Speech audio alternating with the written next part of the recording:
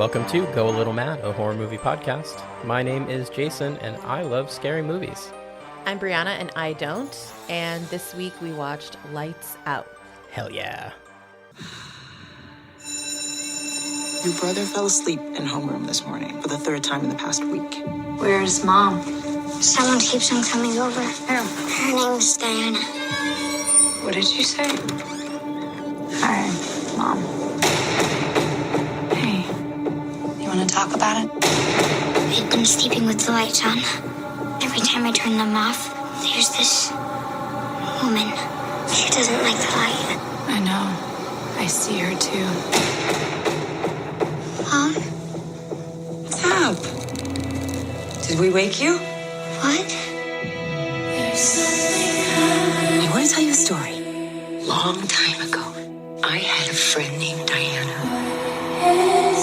I found out something really bad happened to her. She came back. She's gonna stay. As long as you keep the lights out.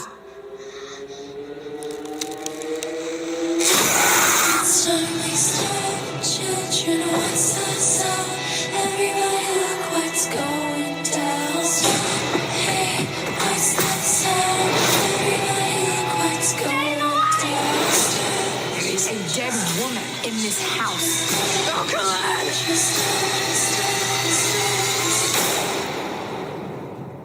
So what are your initial thoughts for Lights Out? Oh, I love this movie. I absolutely love this movie. I loved it going into it. I have a question for you, though. Is this the most scared you've been by a movie that we watched? Yes. I could tell. I could definitely tell. I was going to save that for the scoring process, but yes. Oh, I'm sorry. No, it's fine. Don't worry. We've got plenty of little tidbits during the scores to talk about. I've got a great story to tell when we get to the Nightlight score. For me, I thought this was a super simple concept movie, but that the scary things are there just waiting and thriving in the dark. That's so easily spooky. That's perfect. Just the basis of like every scary movie, but like we're just keeping it at that. Yeah, it takes something that most people are already afraid of and builds on it. Exactly. That's what I wrote. I'm like, it's a nightmare I live with. Like you look into your dark closet and get scared, or you turn off lights and run away really fast. It lends itself to easy but effective scares. And I wrote here, I think it's especially good for someone who isn't used to horror because it's basic jumps, but still scary. Yet the thing to fear is specific to a family, so it's kind of easy to get over. Was it easy to get over, though? Well, my fear did last for days. That was like 7 ends, and you didn't even say no. But it's like, I don't have to be forever afraid of this because I know that this entity is specific to one family. That's fair. That's fair. Though, all that said about, turning off a light and running away, looking in a closet, you need to see the open, dark hallway or you can't sleep. You need to sleep with the bedroom door wide open into a dark hallway or you can't sleep. I know. It's because I have so many fears happening all at once. I have to pick which ones. I'm just saying there's no consistency there. It makes no sense to me. Is there consistency in fear? I don't know. There's countless fears. I could just never do it. Like, I'm not even afraid of movies, really, but I can't sleep being able to see out into the hall. That's where all the bad things are. It was written by Eric Heiserer and David F. Sandberg, also directed by David F. Sandberg, starring Teresa Palmer as Rebecca, Gabriel Bateman as Martin, Maria Bello as Sophie, featured in Coyote Ugly, Alexander Dispersia as Brett, and Brett's a heartthrob. We love Brett in this truest, household. The realest, the bestest. This is a Brett household. We stan. And Billy Burke as Paul. I had to put him even though he's only in it for 5 minutes because it's Twilight Dad. Yeah, I have that here. Like, as soon as you saw him, you're like, is that Twilight Dad? And then I was like super glad he dies right away. That way we don't have to hear you call him Twilight Dad throughout the entire movie. He is Twilight Dad in my notes. Yeah, of course he is. Shocked that he died so fast because he is Twilight Dad. So I thought he might last longer. Well, to be fair, I mean, the movie's really short.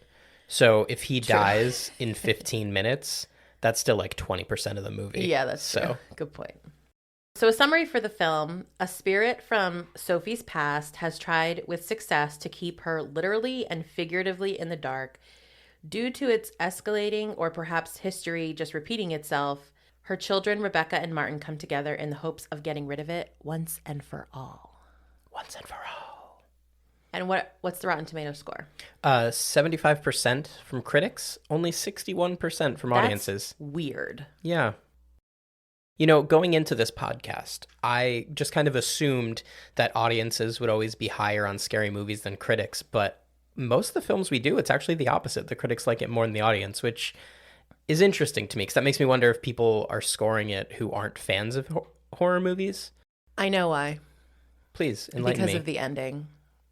Yeah, there is some... Which we'll talk about at the end, I think. But yes, I actually, one of my flesh wounds I'm going to do at the end because it's just more about you're that scene. Tarantinoing it. Yeah, well, I don't, I feel like the ending is kind of controversial, and it's better to talk about it as we're in the scene as opposed to just like right up top. Yeah.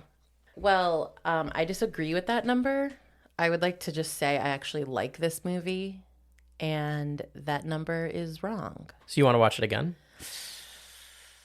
Big question mark. Yeah, I think I would so. watch it again, though. Really? You liked it that Yeah. much? I also was going to save this for the end, too, but I think this is like the second film that I would watch again. What was the first? Trick or Treat. Right. Oh, yeah, great movie. Okay. All right. Glad to hear that. See, guys, we're turning her into one of us. But it's different from Trick or Treat because, like, I wasn't scared of that one. I was legitimately terrified by this movie. Yeah. But I think I would watch it again. You're getting it now. You understand what it's like to be one of us. So proud of you. Got a little tear in my eye. All right. So what's your flesh wounds, or at least part of them? Yeah, so I mean, I just have one thing to talk about up front, and you know this already, and you're probably like, oh, I was going to talk about this, but it's my job to talk about the fun, interesting little things, so maybe get off my back about it. I don't have anything about this. So, go on. So the film is based on a short of the same name, Lights Out. That was made in 2013 by director David F. Sandberg.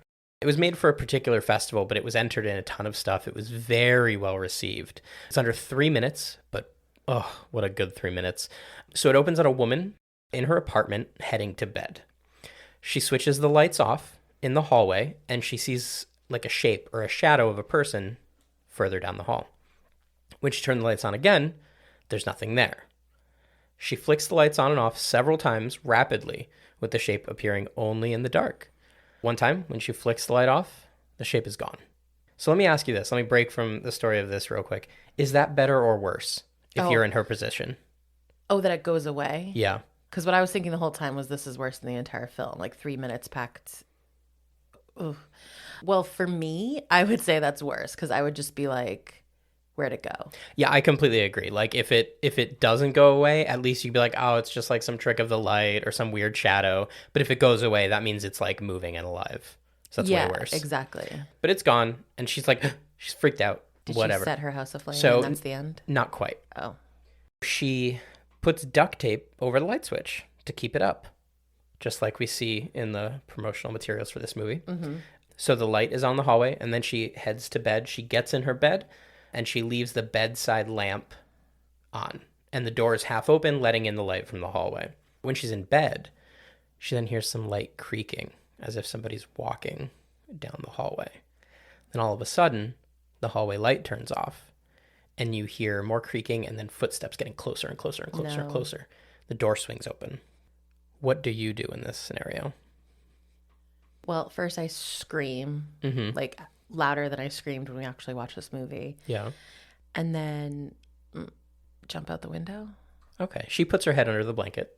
No. Yeah, she Improper. like turtles in place. And then her bedside lamp starts to flicker. And this girl, very brave, the plug for the lamp is on the floor near the bed, and she kind of reaches out to like reinforce it. And as soon as she like rejiggles it, the light stays on. And it's fine. But obviously she still puts her head back under the blanket. She's not fucking around here. But while she's under the blanket, you hear a click, almost like a light switch. But the light doesn't go away. So she pulls her head out, and you can see the hallway light is back on. The door is half closed. It was never open. And that's it. She breathes a sigh of relief, only to turn to her bedside table and see someone sitting there kind of like on their haunches on the ground. So you get like just like neck up. No. Their hand is on the switch for the light. It looks kind of like a human female. and she's got like a big, unnaturally wide grin of sharp teeth, and her eyes are all white. No. And she turns the light out. And that's the end. Okay, I have so many thoughts. First of all, these little shorts, this reminds me of those internet spreading jump scares from our youth that traumatized me. I think I talked about one on this before, the only one. So I hate that. But also, why? This is like the third or fourth movie we've watched that started off as a short. Is that like a horror thing? Yeah, I mean, shorts are a format that lends itself really, really well to horror because, I mean, it's kind of easy to make something scary. Just any singular moment you can make scary, but what really makes it hard to make a whole scary movie is making somebody care about the characters and making it all make sense and explaining it all. But if you don't need to provide background and you don't need to provide resolution and you can just do a scary moment, I mean, that's so much better. Yeah, that's way worse. Yeah, so it's just the medium lends itself very, very well It's to like horror. open-ended. Like, I would be more scared. I'm glad I didn't watch it. I would be more scared of that because it's open-ended and not, I don't know that it's tied to this girl. So now I'm terrified. Exactly. And I will say the monster design, like in the short, I love it. I love it way more than like the shadow thing that they use in the movie. That said, you know, also kind of going into the short versus full-length movie, if they had to like make that creature move or even like change its face in any way, it would honestly just be ridiculous and it wouldn't even be scary anymore. So I understand why they changed it.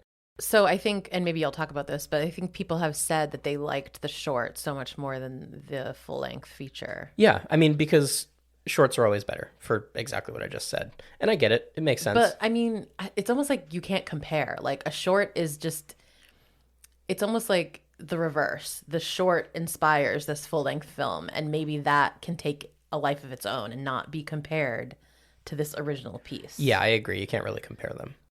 A couple things. The actress in that little short is Lotta Losten, who has like a 4-minute video on YouTube on how to pronounce her name. Oh my God, 4 minutes. Yeah, 4 minutes. It was very long. Like halfway through, the camera falls down and she like picks it back up. It's weird. But anyway, she also is in the feature film.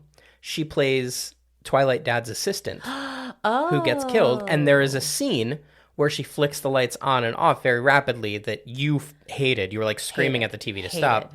So it's kind of, it mirrors that scene from the short. I figured and that was her. when you were saying that, was like an homage to the short. Yeah. Exactly. The other little thing I have is kind of a repeat, but for those of you who didn't listen to our Ouija Origins of Evil episode or forgot, the house interior is the same one that they used in that film and the original Ouija movie for that matter.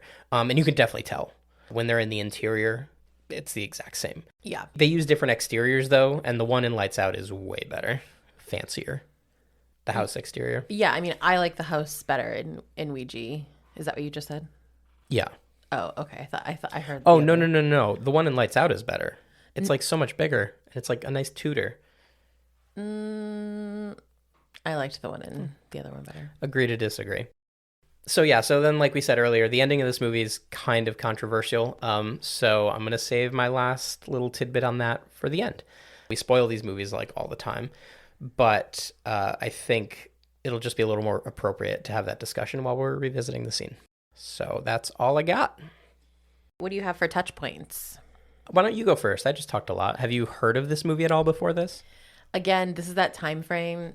I mean, I'm sure I started to see a trailer and then just changed the channel. So I have no memories or anything. So this one's actually like burned into my head. The movie is, I don't remember who I saw it with. I know I saw it in the theater because I remember the first time I saw the trailer. I was in a theater seeing some other movie. Again, I don't remember what. I'm sure it was a scary movie because they usually only play scary movies or scary trailers before scary movies. But I remember watching that trailer and just going, I cannot wait to see this movie.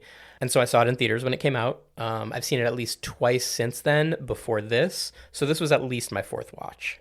Wow. Yeah, I'd watch it again. It's a great movie. Well, let's talk about this great movie. Let's talk about it. One little thing, too, just to mention here. I feel like we haven't really discussed it much. This movie is only 80 minutes long.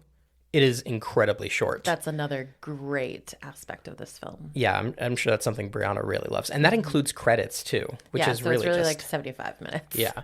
But it feels perfect. Like, it does not feel like they didn't flesh it out, and it doesn't feel too long. Like, I'm normally like kind of a snob about it. Like, if you can't even go 90 minutes, what are you wasting my time for? But there's something to be said for just telling a story, and it takes as long as it takes. Yeah. This one only took 80 minutes. We begin at Wells Textiles, which I feel like this location was built out a lot for the amount of time we spend there. Like, I had lots of notes about like what this place is and like what does he do for a job, and it doesn't matter. And you never go back. Yeah. No. And I remember this opening like vividly, like shot for shot. And I like, as this movie was starting, I was like, this is going to scare the shit out of Brianna. Like, just this scene, you know, because I don't remember like the entire movie beat for beat, but I remembered every little bit of this, and I knew it was just going to torment you. I was so excited. The first person we meet is Twilight Dad. He's in the building with a bunch of mannequins covered in clear tarps, which, so as always with scary movies, I don't know what I'm looking for in the beginning. So I'm on high alert. I am in the red, and these friggin' mannequins are freaking me out. Like, I hated them. He's in his office on Skype, I guess, with his son, who is concerned because his mom is sick. But Twilight Dad says that he's working on it. My first guess is that it's some kind of mysterious illness, but then the son says, but she's talking to herself. And Twilight Dad says he'll be home soon to take care of it. A woman, like his executive assistant or something, this is the woman that you mentioned from the short. Lotta. She comes in and tells her, and he tells her to close up, basically. It's weird because it seems super late and like that the place is already closed because of how effing dark it is, but whatever. I guess it's just 5 o'clock and we're ending the day. Well, I mean, you know, like, I've closed a restaurant, and when you're like one of the last few people in a restaurant, most of the lights are off. No, not if I close a restaurant. All the lights continue to be on. You don't have to answer for that electric bill on your P&L, okay? You don't even know how much trouble you'll get in. We follow her into the hallway as she's like leaving, and as she walks, the lights turn off.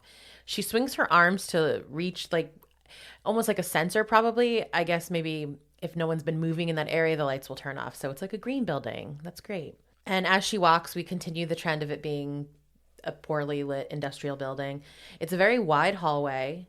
I feel like realistically this building would be completely lit with fluorescent lighting, but instead we have these like spotlights every few feet.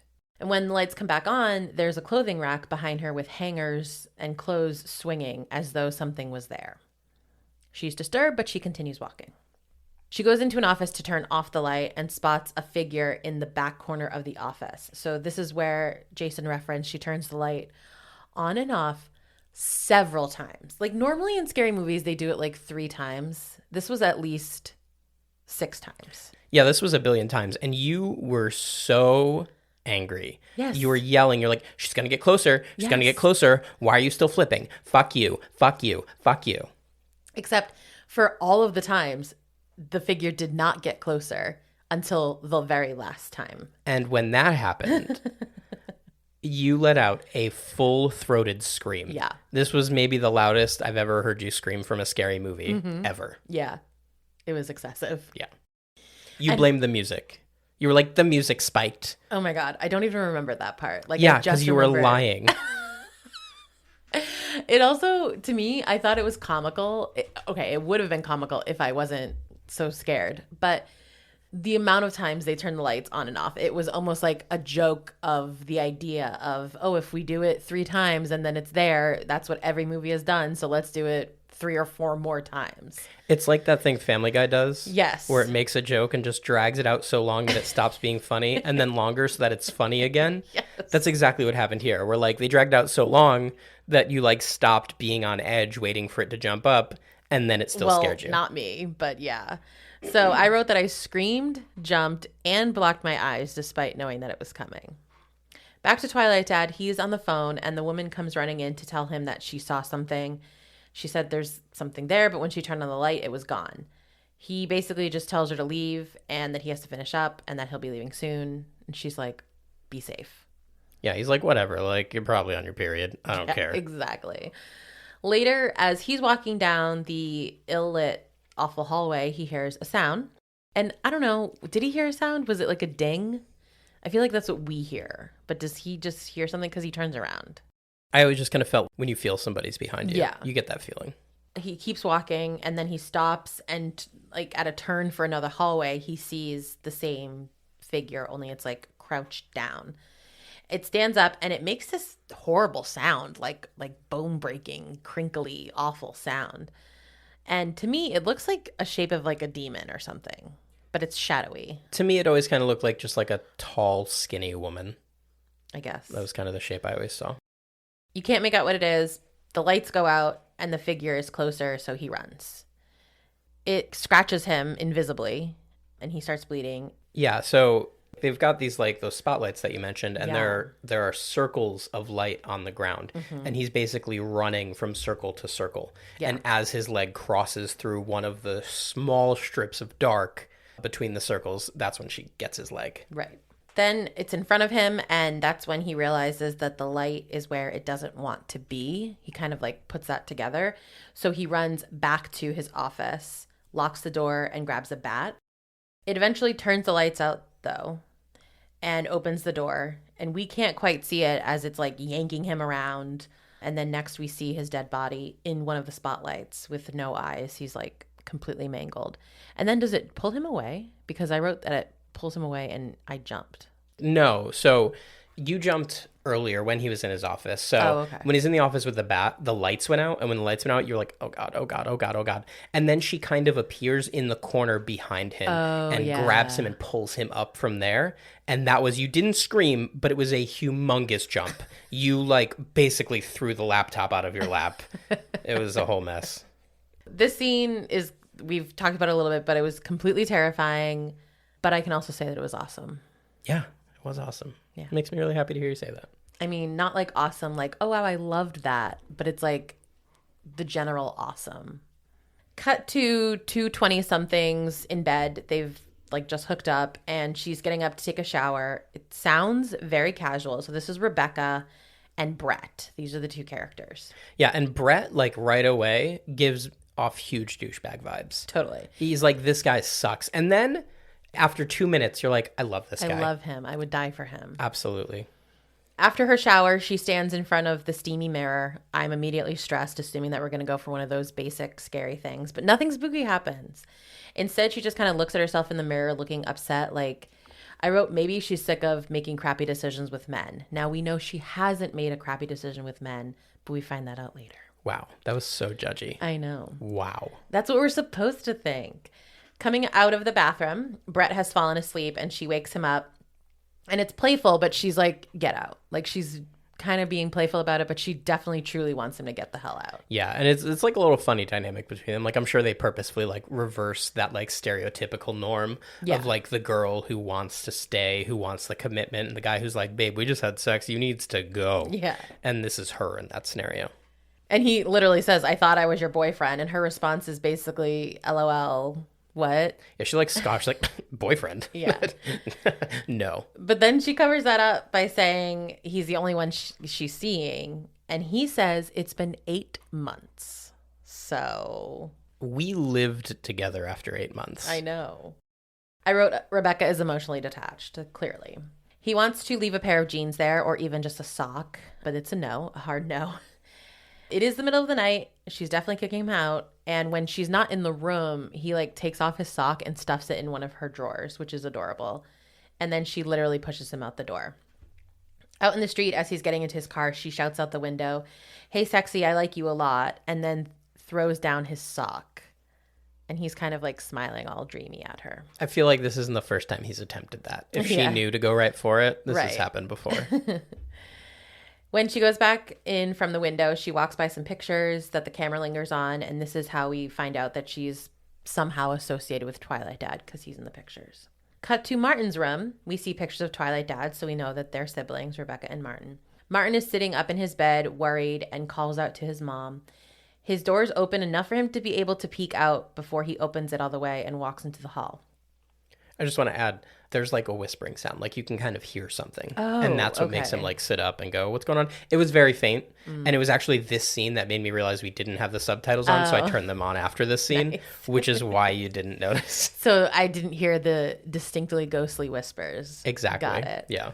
So he walks out quietly. Now, okay, I didn't hear the indistinctly ghostly whispers. So I was like, why is he walking like he's sneaking around in his own house? Because, generally, as a first time viewer, usually parents are a source of comfort, even in horror movies, mostly. But here we are. I mean, not to get too real, but that's like trauma right there. Like that's a kid who doesn't feel safe in his own home. Well, yeah, Yeah. which is just not what I'm thinking yet. Yeah. He peeks into his mom's room and he finds her talking. She's having a full-on conversation. And it's the kind of conversation that almost imagine walking into your parents' bedroom and they're talking about like a stressful money situation. Like that's what she looks like. But there's no one there. So he kind of looks in more into her where she's talking, and it's, I guess, in either an alcove or a closet where it's just darkness, and that's where she's talking, which is so fucking creepy and terrifying, and I would just leave my mother. Bye. I gotta make it on my own now. That's horrifying. If you're like 8, Yeah. Yep, I can do it. probably not. She catches him, though, and asks, did we wake you? And basically encourages him to go back to bed. As he walks back to his room, he turns around in the hallway, and his mom is standing there in the doorway, which was so scary. And she just says, "Good night, Martin."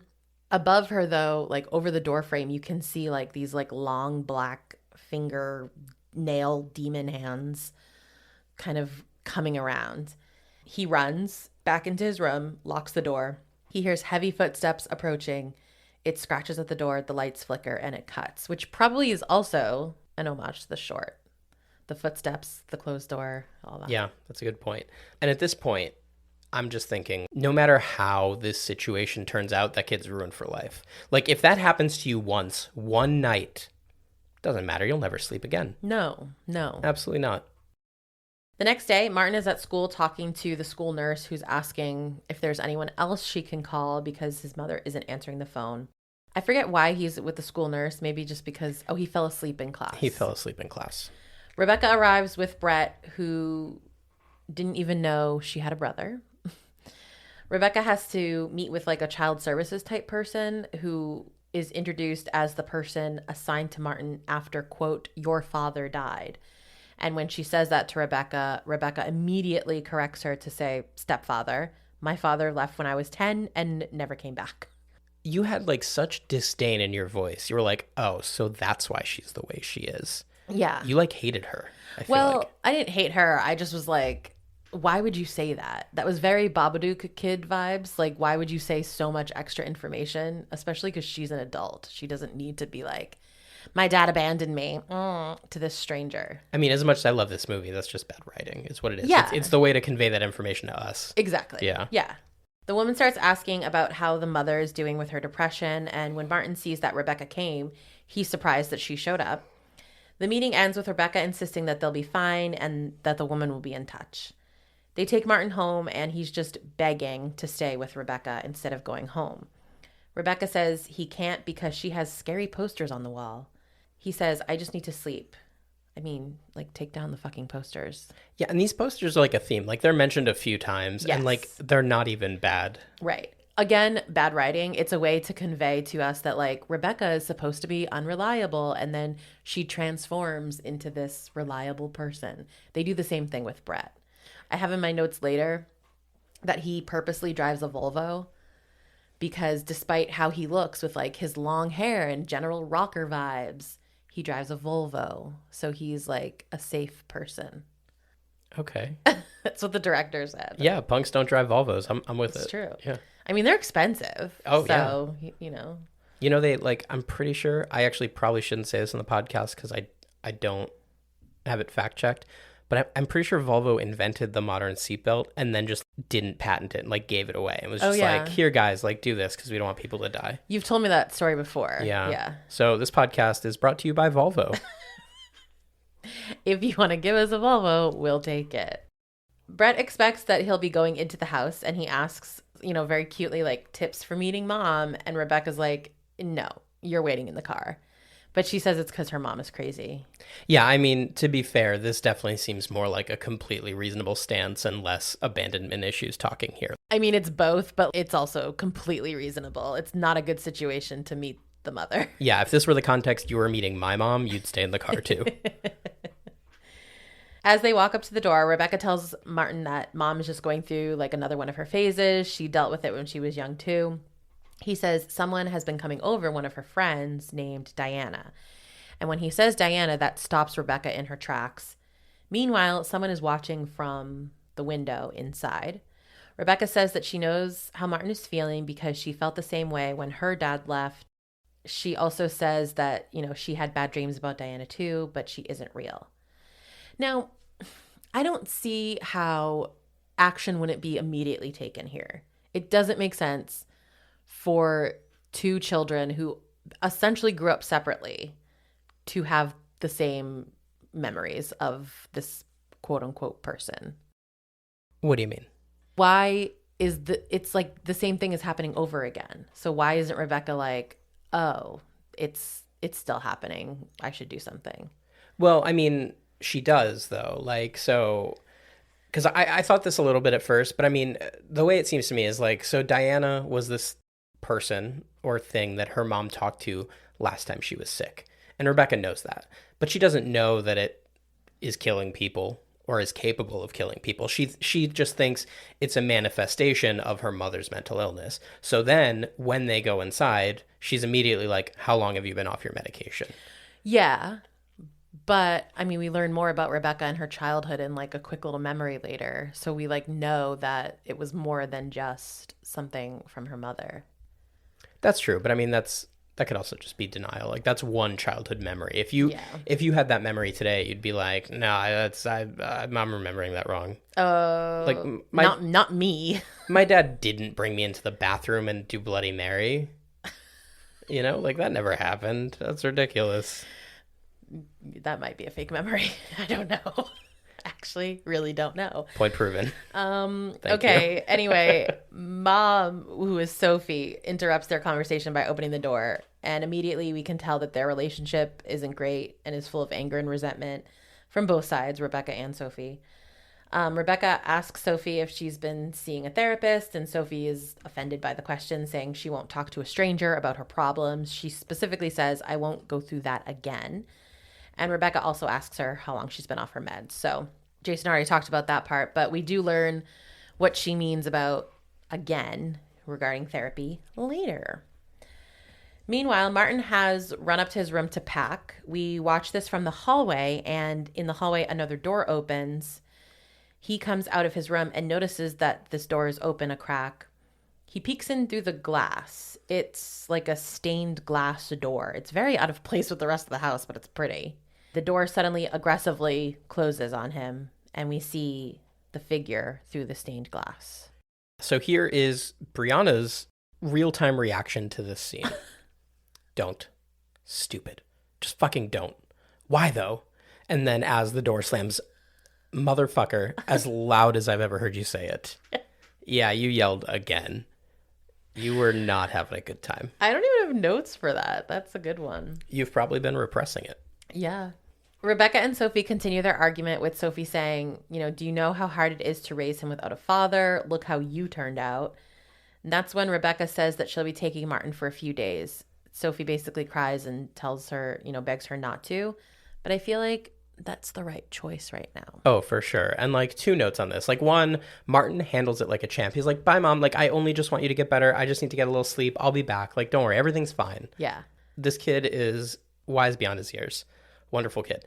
Second, I mean, that's kind of like a pretty big self-own from Sophie, right? You're fucked up and it's my fault. Like, I know.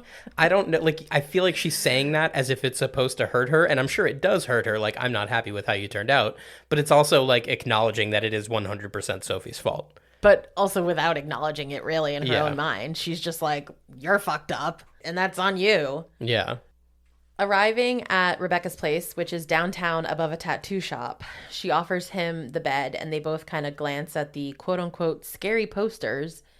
And she says that he can have the couch if he wants. Now, I don't even remember what the posters are, but are they even scary? I mean, the answer is no, because I don't remember them. I don't really remember them either. I think they're just like misfit skulls and stuff. Like it's nothing. I It's would not like say a Marilyn Manson poster or an Insane Clown Posse poster are scarier to me than whatever was on the walls. And those are modern day references. I don't know if it's like fear, but if I see an Insane Clown Posse poster in somebody's home, I'm just leaving immediately. Yeah, for sure. Like I like what you like, but if you like them enough to put up a poster, we're not going to be friends. Brett asks Rebecca if this was her idea, and she explains that it wasn't safe for Martin to stay there. But then Brett says she should have called child services, and she's like, well, he's my brother. And at first I was like, Brett, because I still don't know that you're great yet. Shut the fuck up. But then he says, are you doing this to help him or hurt her? Whoa. Okay. Here's the thing. An appropriate call out, I think. It is and it isn't. Because like Brett is right, but that doesn't mean he has the right. Okay, he just learned about this brother this morning. Yeah. And he has only witnessed 30 seconds of interaction between her and her mother as she was leaving with Martin. He doesn't know the dynamic. He doesn't know the history. For all we know, that mom could have been just beating the crap out of Martin. He doesn't know that. Yeah. You know? And so this is where I'm like, you got a point, but not the time. Just let it go, buddy. This isn't your fight. Yeah, but I just think it was, again, to show that he's more than what we think he is. Yeah, that's fair. I just really wanted to say he's right, but doesn't have the right. Totally. We're going to put that on a shirt. Yes, sis. Later, they're in the kitchen, Rebecca and Martin, and she's making him a sandwich. It's very cute and sweet. She's like doing such a good job taking care of him. She brushes his wet hair, and he asks if mom is crazy, does it mean that we're crazy too? But she says no. I mean, probably. Yeah. Like, just speaking from, experience and observation, almost definitely, Martin, buckle up. Later, they're asleep, and Rebecca, I think they both slept in Rebecca's bed because she wakes up confused as to where he is. Yes. So. Oh, and I don't know. I think this got lost in my little rant about Brett there. He left. Did we say that? She kicked him out after that conversation. Yeah, she was like, you have to leave. You overstepped. Get out of here. Yeah. When we come into the bedroom, we see her that she's asleep, and the tattoo neon light is flashing outside. So that's flashing into the room. There's a scratching noise, and that's what wakes her, and she finds that Martin isn't there. There's a crouched figure in the living room, clearly visible from the bedroom doorway, and whenever the tattoo neon light flashes, the figure disappears. Rebecca slithers out of her bed, and it doesn't notice her until it does. And it springs to attack, and as it nearly reaches her, the tattoo light flashes. You, during this scene, like, as this was unfolding, I looked over at you, and you looked disgusted. You looked like you were hate watching it. Like, you were so unhappy with what was happening. Yeah. And then as she dove at Rebecca, you gave another scream. Another real good scream. She takes the opportunity to run across the room for the light switch and turns the light on. And then as soon as she turned the lights on, you're already out of the moment. You go, she looks like Alicia Silverstone. She does. She really does, yeah. See how fast I can turn a corner? So that actually plays into the whole doorway thing. Like, why do I like to sleep with the door open so that I can see into the doorway? But I guess I want to know if that figure is there. But I'm going to be thinking about that tonight. So that's great. That's real great. She goes into the bathroom and finds Martin sleeping in the tub with a flashlight on. That's genius, because like the white from the tub reflects the light, so Yeah. he's always in light. There's So like smart. no shadows. Perfect. So smart.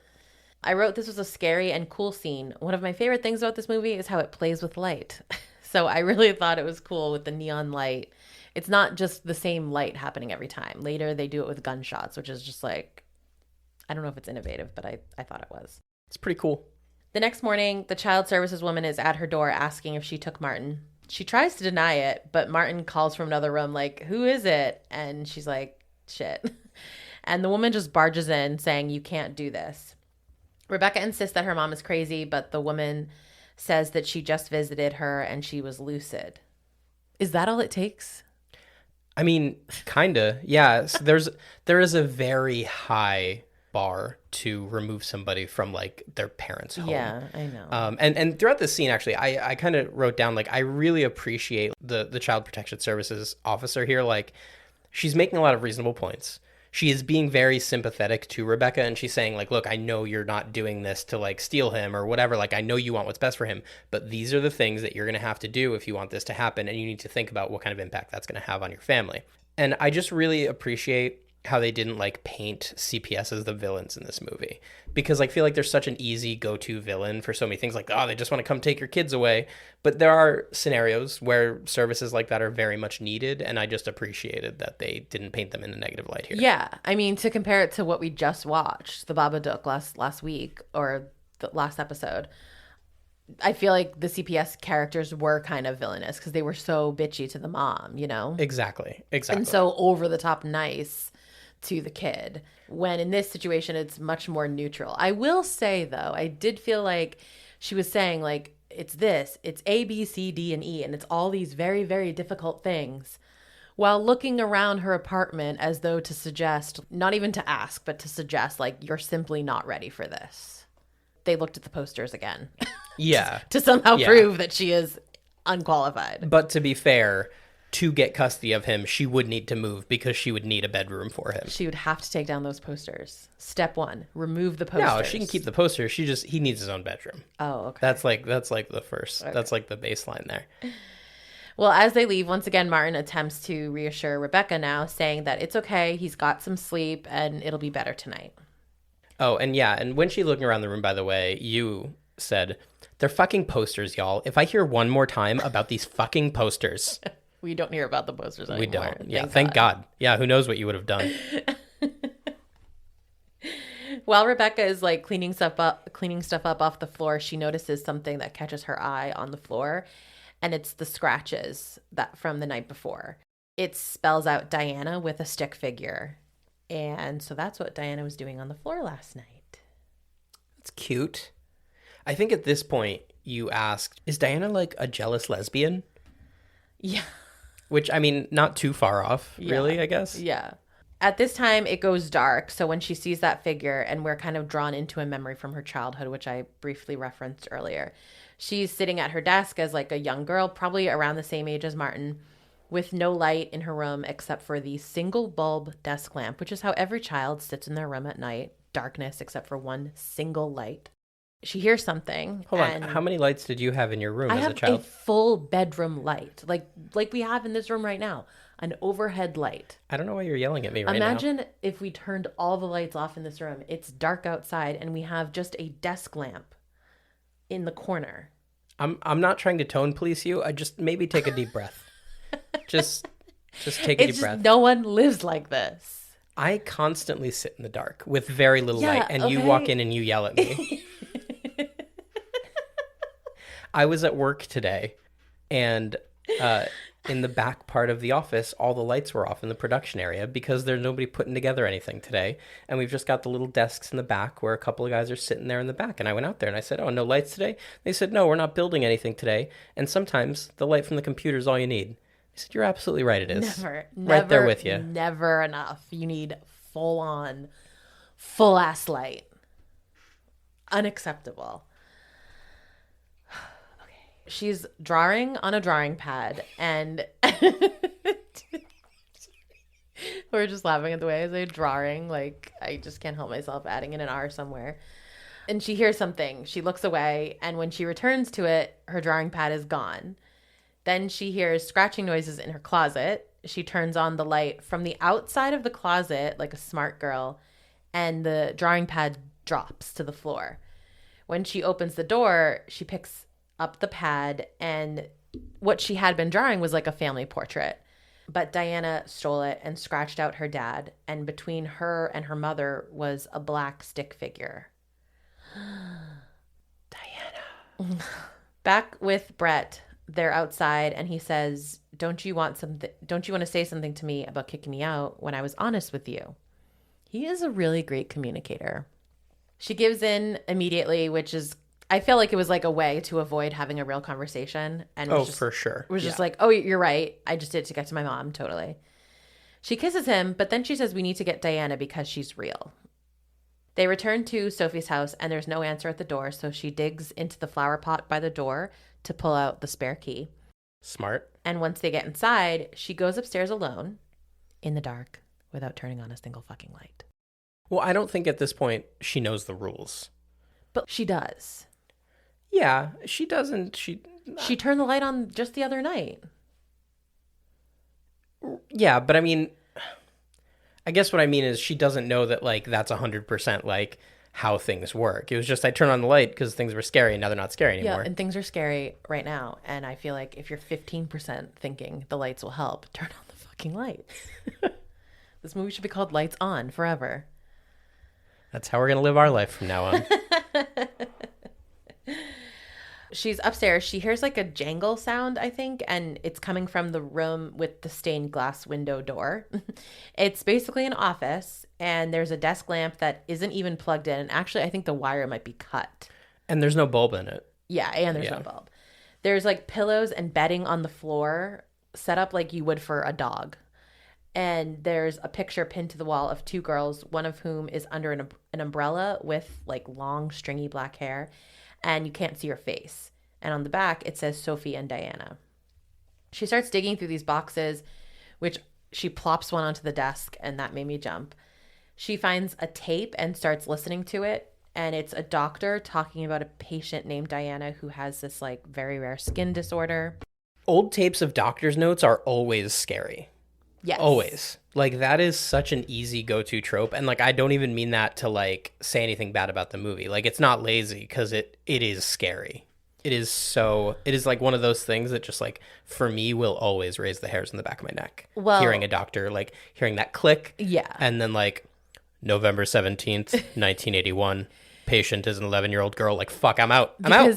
Because historically, you've never learned anything not scary when that button gets pressed, you know? Yeah. But also, who's, like, I know this is like Diana's room, but like, why is all this stuff in there? Like, how did she get all this shit? Who knows? I think the mom references this later. I think she was doing a lot of research. So I'll talk about it again. Yeah, she does kind of say that. Yeah, she's You're like, right. the news was wrong. Yeah. The tape is basically saying that this patient Diana has like a rare skin disorder but is also violent, and she's obsessed with another patient named Sophie. On the tape later, maybe Diana is like restrained, so now we're hearing basically an experiment on a child, and the doctor tells her to leave Sophie alone, and she says she's my friend. And so, which by the way, she has a scary voice as like an 11-year-old. Yeah, for sure. So they ask, well, why did you hurt her then? And she says, because she was getting better. So back in the day, Diana did something to hurt Sophie to keep her at this hospital. Which shows the lengths Diana will go to keep Sophie close to her. Yes. I wonder if that is at all related No. to Rebecca's father just disappearing. No. Yeah, No, probably not. He's probably just deadbeat, right? There's also pictures that are almost like a photo album that Rebecca is looking through as she's listening to the tape. So we're seeing like the visual associated with what's being spoken on the tape. This experiment that they had her like tied to it or restrained to a chair, and they were electrocuting her. No, they were just hitting her with lights. They're just super bright UV lights. Okay, because they did say like turn up the voltage. And Yeah. like they kept turning it up and up and up, and then they turned it. Oh yeah, because they say like it went too bright, and it basically like turned her to dust. Like she just poofed. Yeah. That happens sometimes. Very X-Men. Like sometimes you just go into the hospital for like depression and then you just turn to a pile of ash. Mm-hmm. Happens all the time. Sometimes. It's a really underreported problem in this country. Downstairs, Brett is just bopping around, just chilling in the dark. He opens a curtain, and behind him is Diana. But my question is, why isn't Diana upstairs? How does she not know what's going on up there? Well, I think she's not omnipotent. Diana is where she has like her rules about darkness and like stuff like that, but she is where she is. She can't just like sense things or hear things or see things when she's not where she is. It's just weird. There are inconsistencies in the world of like how Diana exists that are a little frustrating. Yeah, and I mean, the best solution to that is just don't think about it. Yeah, exactly. You're thinking about it? Don't think about it. Rebecca moves on to a bedroom. There's no light bulb in the lamp. The closet is open a crack. Something is hanging out of her dresser, and it's the same picture from her memory. So I feel like this was her childhood bedroom. Yeah, and like every time I watch this scene, I'm 100% sure that Brett is dying downstairs. Oh, always. Like I'm like, oh, For sure. Brett's gonna be dead. I thought Brett would be dead the whole time. As soon as I liked Brett, I was like, he's dead. Yeah. The door slams shut, so now it's pitch black in that room. She hears, stay away, Becca. But it's like, stay away, Becca. Really scary. Yeah. And she's like, my precious. Yeah, literally. She's pulled up to the ceiling and she screams and screams. And finally, Brett comes in through the door with the light coming in. She's dropped. And he's like, your mom's here, so we got to go. He wasn't coming because she was screaming. He was coming because her mom is coming. So whatever. As they go into the car, he asks her what the box is for. And she says, proof. Meanwhile, Sophie and Martin are coming in from the back, I guess. They've gone grocery shopping and she suggests having a movie night. And he's like, yeah, but like, can it just be you and me tonight? And she's like, we'll see. And she's trying to smile, but she looks very unsure, very much like, this is a burden. It's out of my control. And I hope it can be just us, but it's not going to be. Yeah. When you like first meet Sophie, you're definitely like, she's super attached to Diana. This is how she deals with things. But this is the first time that you see like Sophie's afraid of Diana. Yeah. She is terrified of like what happens if she upsets her.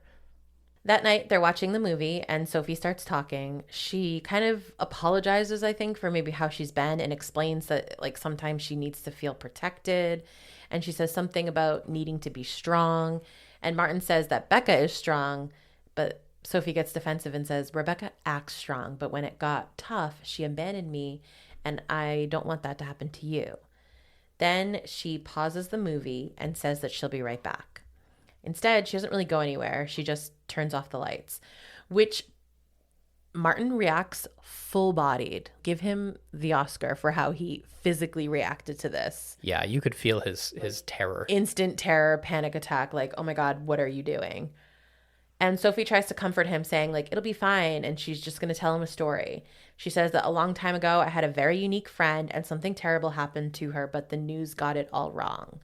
So I think that's the research and all the information that's up in the office. I think those two things go together. Meanwhile, Diana's coming in and crouches over the couch, practically over Martin. She touches him and slaps Sophie away. So she's even violent toward Sophie. Sophie basically starts begging him not to turn on a light, but I don't know if he does or if he just runs away. He leaves. Yeah, he just runs away. And he goes to Becca's house. Once he gets there, they have no food, so Brett leaves to go grocery shopping or to go get food. And Rebecca explains to Martin everything that she found out about Diana. She says that Diana was found in a basement after her father had killed himself, or did he?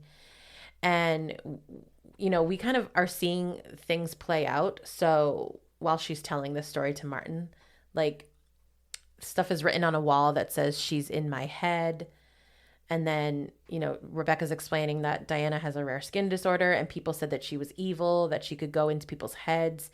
She thinks that that's what Diana has done to their mom, gotten in her head, and that when their mom is healthy, it's not an issue, but Diana keeps her unwell, essentially. Rebecca believes that it's why Rebecca's dad left. Martin's a smart kid, but like, does he need to know all of this? I know. Yeah. I feel like probably not. It's a little dark, I think. Martin says Diana won't let their mom get better, and Rebecca asks why or how he knows that. And he says that that's what Twilight Dad was trying to do. Then there's a knock on the door, and they assume it's the food, but when she opens the door, there's no one there. She peeks out, and Martin comes around behind her. Then they hear a thudding noise in another room. They know it's coming from a closet, so they turn on the light, and the sound stops. Martin is standing behind Rebecca as she's looking at the closet door, and then he is yanked under the bed, which I was fully not expecting. I didn't think about dark spaces in lit rooms, which is another good, unique way to play with this. After a struggle, Rebecca pulls Martin to her, and they head to Sophie's house with Brett. Yeah, so this is why I kind of was like, or this is where I was kind of feeling like I'm confused by how Diana moves. She can't go through a locked door, ? Because she doesn't go through it at the beginning and she doesn't go through it in Rebecca's house. But she can get through closed doors. Oh, she can get through locked doors. She got through the locked office door in the beginning. So she chooses when she's going to go through a locked door? Yeah, I think so. Okay. I think she's just fucked up. Like, she's just having fun, you know? Like, I'm going to torment these people because that's what I do. Yeah, hell yeah. At Sophie's house, they're eating pizza at the dining room table, saying nothing. This was so weird. This is like not the way. Having just left the altercation, you would not expect them to just all be sitting at a table, saying nothing, eating pizza. Yeah. Let me ask you, because this is my thought during this scene. If you are Brett, at what point do you regret pushing to be involved so much? At what point are you like, oh, I should have just let her push me away? Like, oh, this is a bit much. I mean, I'm still fine because I haven't seen anything. That's fair. Okay. Yeah, I think so. Not to say as a partner I wouldn't believe, because I would, but like I haven't experienced anything. They're eating pizza and Rebecca starts the conversation by saying, "You need to tell me about Diana." And Sophie's like, "Who? Like, what even are you talking about?" She's clearly irritated by that question though. So she eventually comes out with it, saying that, you know, Diana's her friend. And Rebecca shows her a picture from her childhood, asking if that's Diana, and insisting, like, I know you met at Mulberry Hill and that she died a year later. And Sophie says, no, you're trying to take away my son. This isn't true. And then she's like, well, you're just doing this because you left and you feel bad for abandoning us. So now this is what you're trying to do. And that she's not going to do that to Diana. So she's not going to abandon her friend. Rebecca insists that Diana is real, and Sophie says that ghosts aren't real and like walks away. It was kind of like a confusing conversation. I guess because they're looking at this as like it's a ghost, but it's not a ghost. So that's why she's able to say like, well, ghosts aren't real because it's not a ghost. Rebecca tells Martin that he can stay with her again and that she'll call child services in the morning. But Martin won't leave, and when Rebecca tries to say that it's not safe here, he very poignantly explains, well, it's not safe anywhere. He's a hero. Boom. Martin is a hero. Wise beyond his years. For real, though. So instead, they rig up the house by putting duct tape on the switches, installing light bulbs, lighting candles, prepping with flashlights. But, like, she can just take out the electricity. Yeah. And so, and all this time, Sophie and Diana are just, like, upstairs in her bedroom. Yeah. What do you think they do in there? I don't know. Like, how do they pass the time? Like, they can't It be doesn't having sound like fun. They can't be having like pointed conversations all the time, right? There have to be like moments where it's just like, I spy with my little eye. It's honestly, because she died as a child, I bet it's very childlike and just like playing games. Yeah, that's fun. You know, if you're Sophie, this isn't that scary. Yeah, I guess. Yeah. It's fine. Except for like, you know, all your lovers being killed and your children being threatened. But like when you're playing Go Fish with the ghost, it's kind of cool. Yeah, Yeah. totally. Martin actually sleeps in his room, which is insane. But she says that, you know, she's like, Rebecca's putting him to bed and she's like, I'll be on the couch downstairs, but he asks her to stay with him. She agrees and says she's going to go make sure that Brett is settled first. She stops at the office door, though, the stained glass window door, which doesn't budge, like it's completely locked, and she just heads downstairs. Downstairs, there's Brett, ready to just sleep on the couch, boyfriend, not boyfriend, ready to probably die for this girl who won't even call him a boyfriend after 9 effing months. Shockingly sweet. She says, you must think I'm crazy, and he says, you know I don't think that, and she says, well, thank you, and then says, bottom drawer. So she's letting down her walls, and he gets to keep stuff in her drawer. During this little exchange, you went through a range of emotions. You started with, I like a good boyfriend. It's rare. It is true. And then as they were talking about the boyfriend thing, you were like, you're definitely going to die, but I appreciate you. Fully. He's fully dead at this point, in my mind. And then when she says she'll give him the bottom drawer, you say, you won't need to. He's dead. Dead. Beep bop. Which is 22 Jump Street reference. For those of you who don't get it. But that is what she said. She actually references that all the time. Yep. Also, he is stuck with just a lamp downstairs. He has no candles. So, I mean, there's no way he's not fucked, right? Rebecca goes back upstairs and knocks on Sophie's door. She informs her through the door that they're staying overnight and that she'll see her in the morning. And she says, love you. The door opens and Sophie says, you're staying? Good. And she wants to like start over tomorrow morning.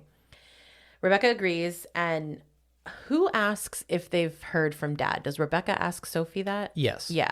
She's like, did you hear anything? Have you ever heard anything from Dad? Like any letters or anything? And she just says no.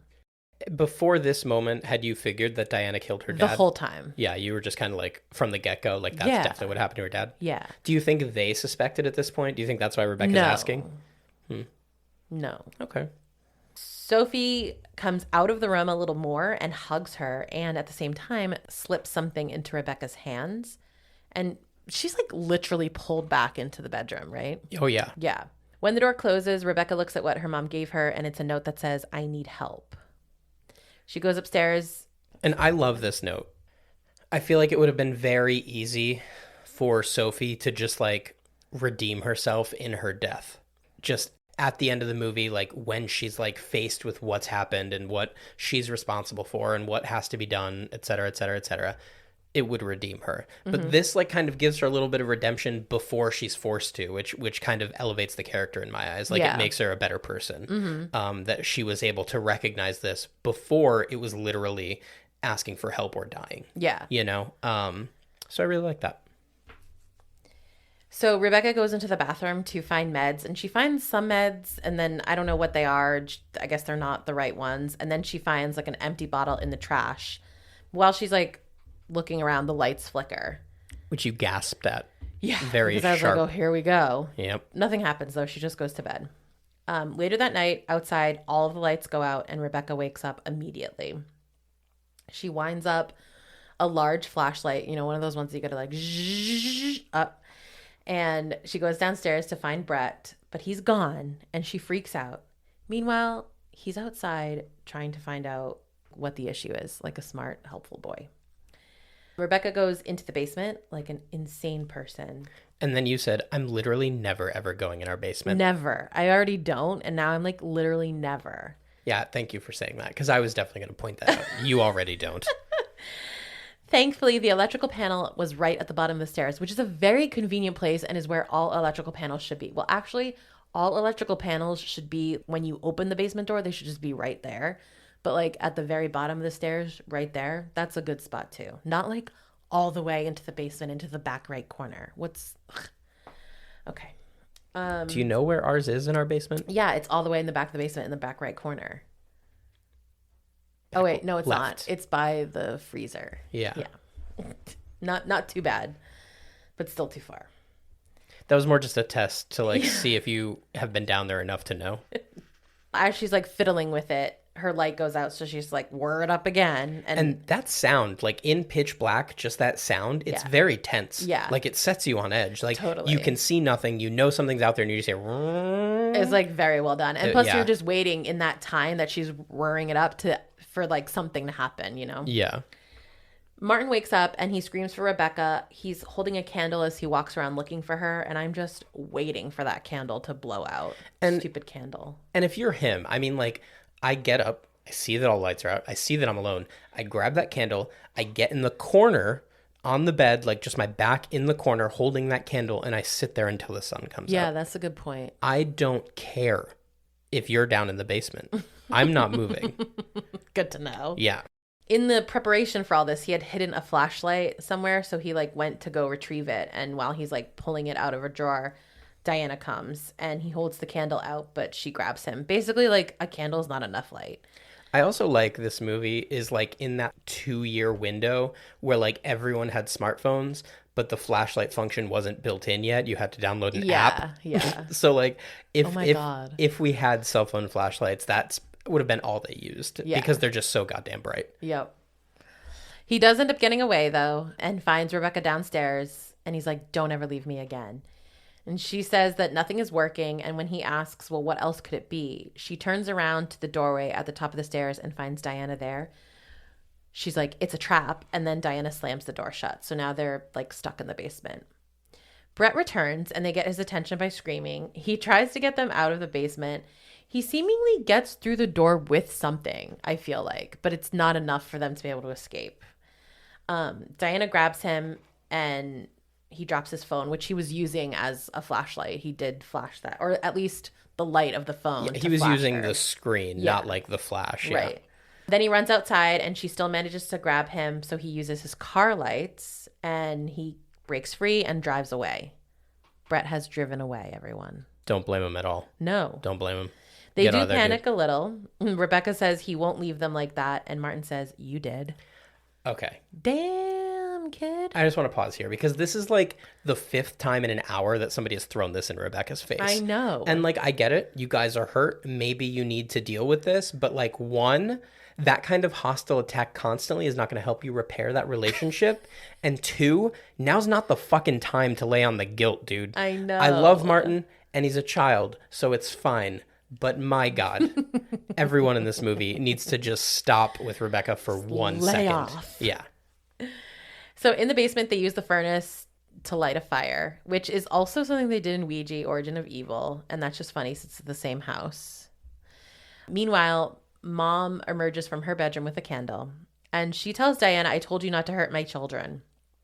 And they have this like argument, I think, but we only hear Sophie's side. And she basically backs Diana away into her dark closet alcove thing and tells Diana, you need me. Without me, you aren't there.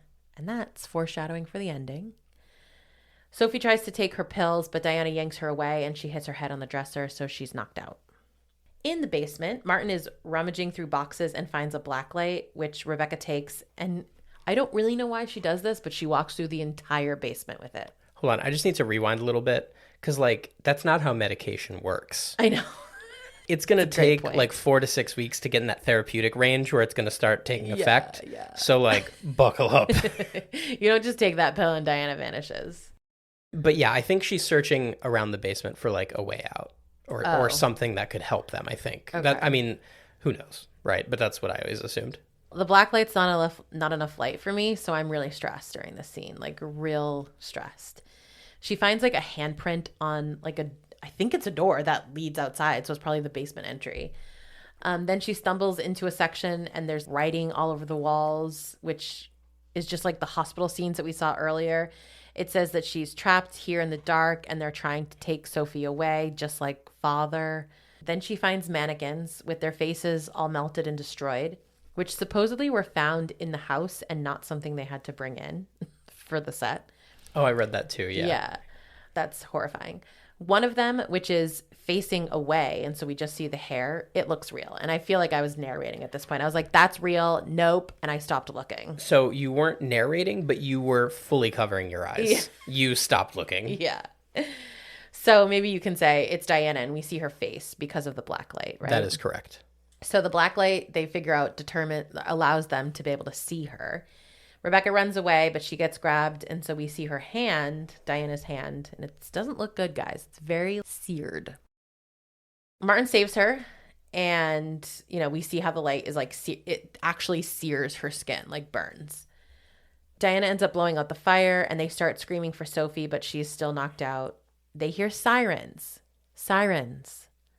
Brett has prevailed. He did not abandon them. He went to the police. So smart. We love him. We stand Brett. As the cops are heading into the house, Brett is like trying to warn them. It's only these 2 cops, right? He's like, no, you need light. Like, turn on a light. And they're like, fuck you, guy, whatever. And they just go in.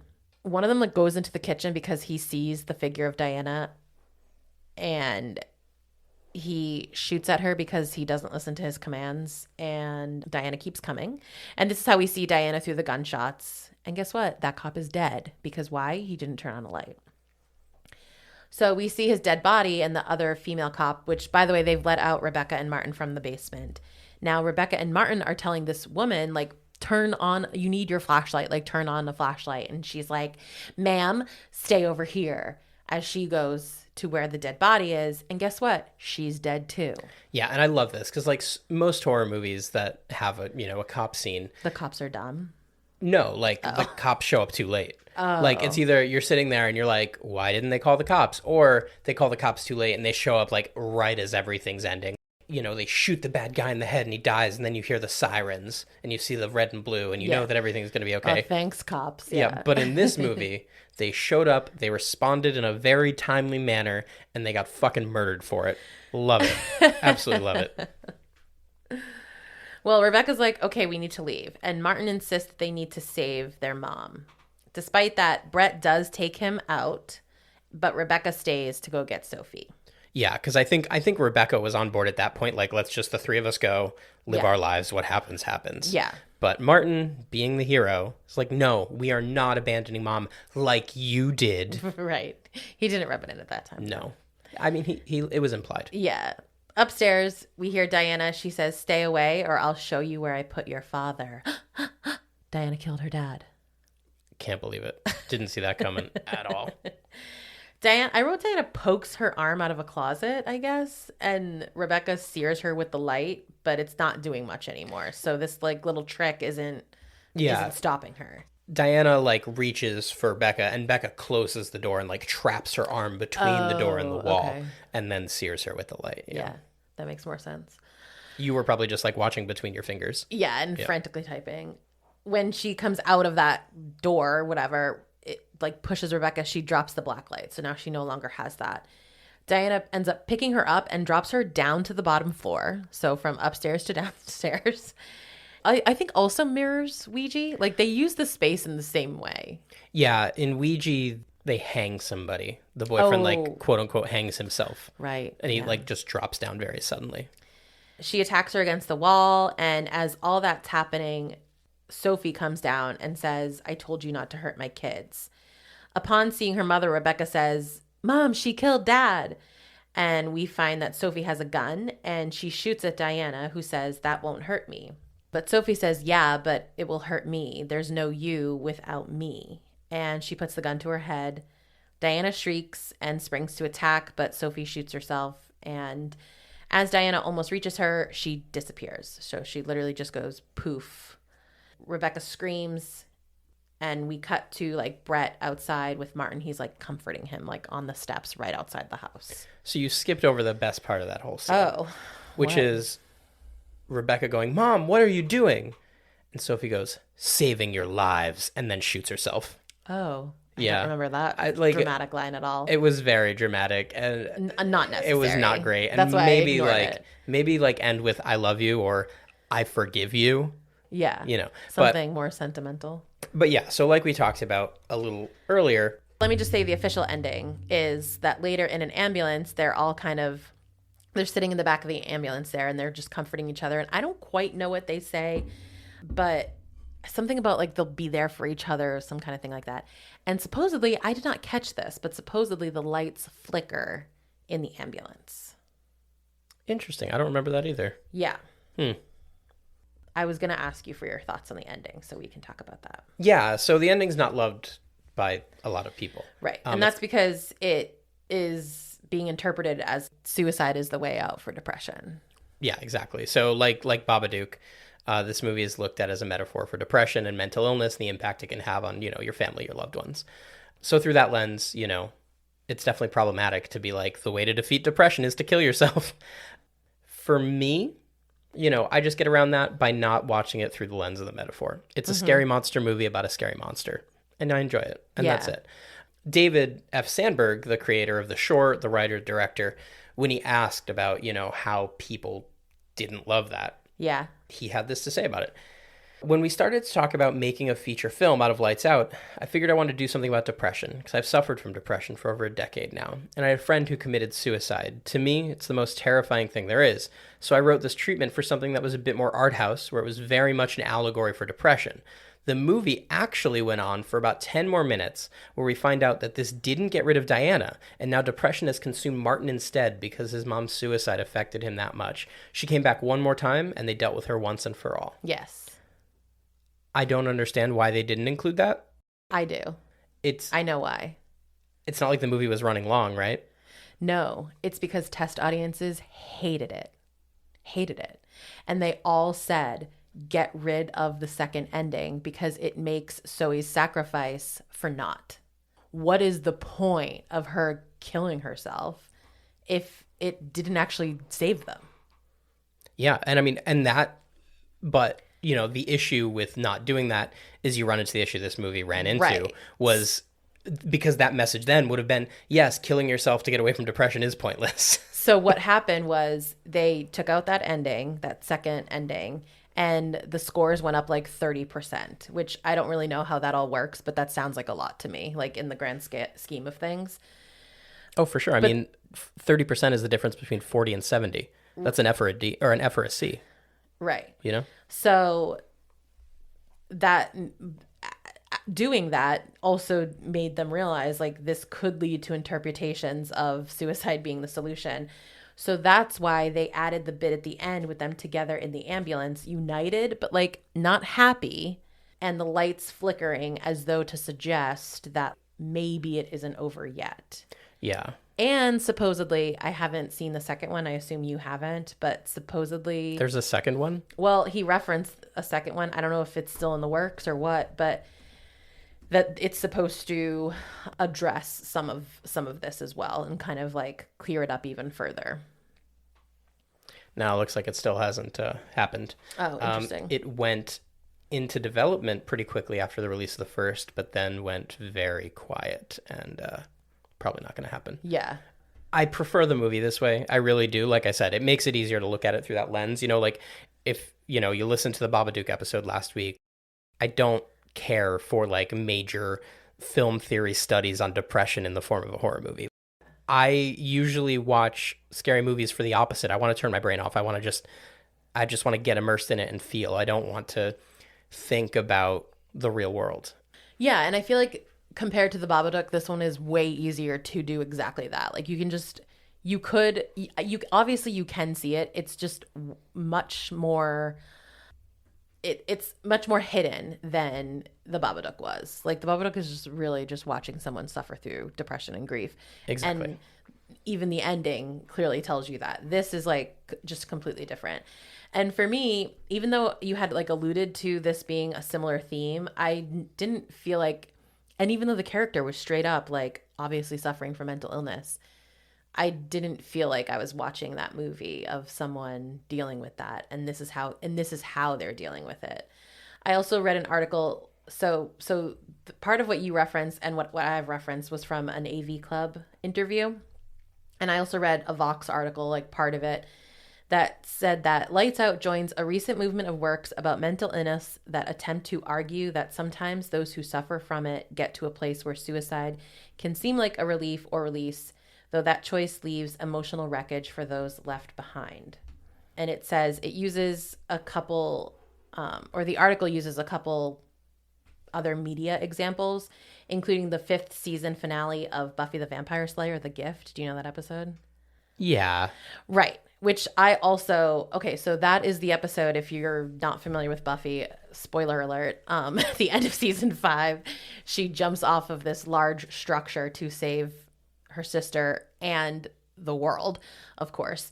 And there's this whole prophecy happening before that episode where she learns that, quote, death is her gift. And she's been like, what does that mean? What does that mean? And now she realizes in this moment, death is my gift. And that's how she's going to save everybody. And just to clarify, when she jumps off the building, isn't it like into some sort of magical portal too? Like it's not just like a swan dive onto the concrete, right? Well, so that's what you think. But then the true ending of that is her dead body is on the ground. Yeah. The article says, these stories are, in other words, not defenses of suicide, but occasional metaphorical explanations of it, an attempt to put the audience in the mental state of someone who makes that choice and forces us to try to understand it. I liked this parallel because I watched both of those things in the same way. I never thought Buffy was committing suicide, and I didn't really look at the mom as doing the same either. It just felt like I'm doing this because I have to. I'm saving you, which maybe that explains the line at the end, why she said I'm saving you instead of like something sentimental. Yeah. And I never viewed Buffy through the lens. I mean, maybe it was because I was younger when I saw it. Yeah. I like watched that as it happened. Yeah. Like I watched Buffy as it happened, which is weird. Like we don't do that anymore. I know. Yeah. And so maybe I was just too young to really look at it that way. But when you said that, like my face, like I'm sure you saw, I was just confused. I was like, why would they even bring that up? Because that had nothing to do with mental illness, and even the slightest, I felt like. No. Yeah. Well, I mean, you could argue that Buffy's always struggled, and actually struggles even worse after when they bring her back to life, spoiler alert, with her own mental health and like, who am I, what's my purpose and that kind of thing. But not as Yeah, I mean, forthcoming as this. She struggles with her identity and place in the world, not like depression. I guess, yeah. All right. Well, any more thoughts on the ending or anything else you want to say? You cried. You cried. I did? Yeah. When they were in the ambulance and they were having a nice little moment, you were like, he doesn't even get to be called boyfriend, and he's so nice. Why you don't were I crying. remember this? Yeah. Oh my God. But so like, what's like the story around town? Like, the story around town is that Sophie had a psychotic break and like killed those cops and then herself, right? Yeah. Like, that's what they tell everyone? Right. Okay, I just want to make sure. The news was wrong, but that's what they tell everyone.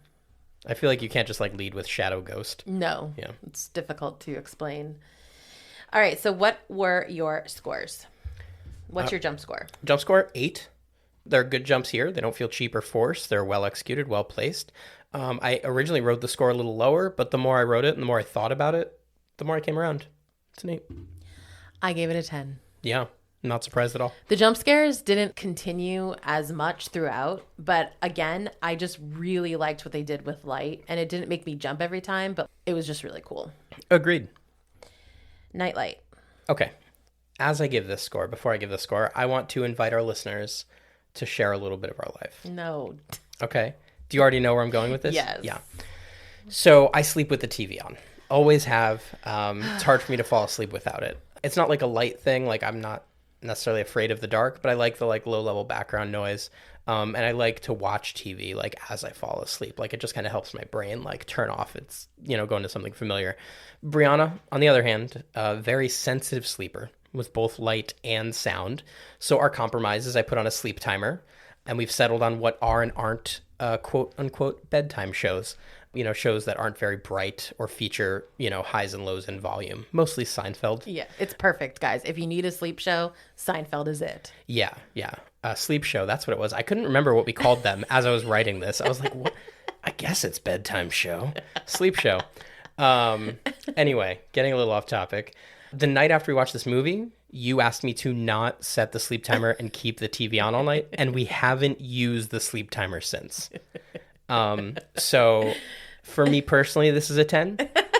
And Briana, why is this also a 10 for you? I did give it a 9. You're so full of shit. I don't know. I feel like there's a 10 out there. I don't know.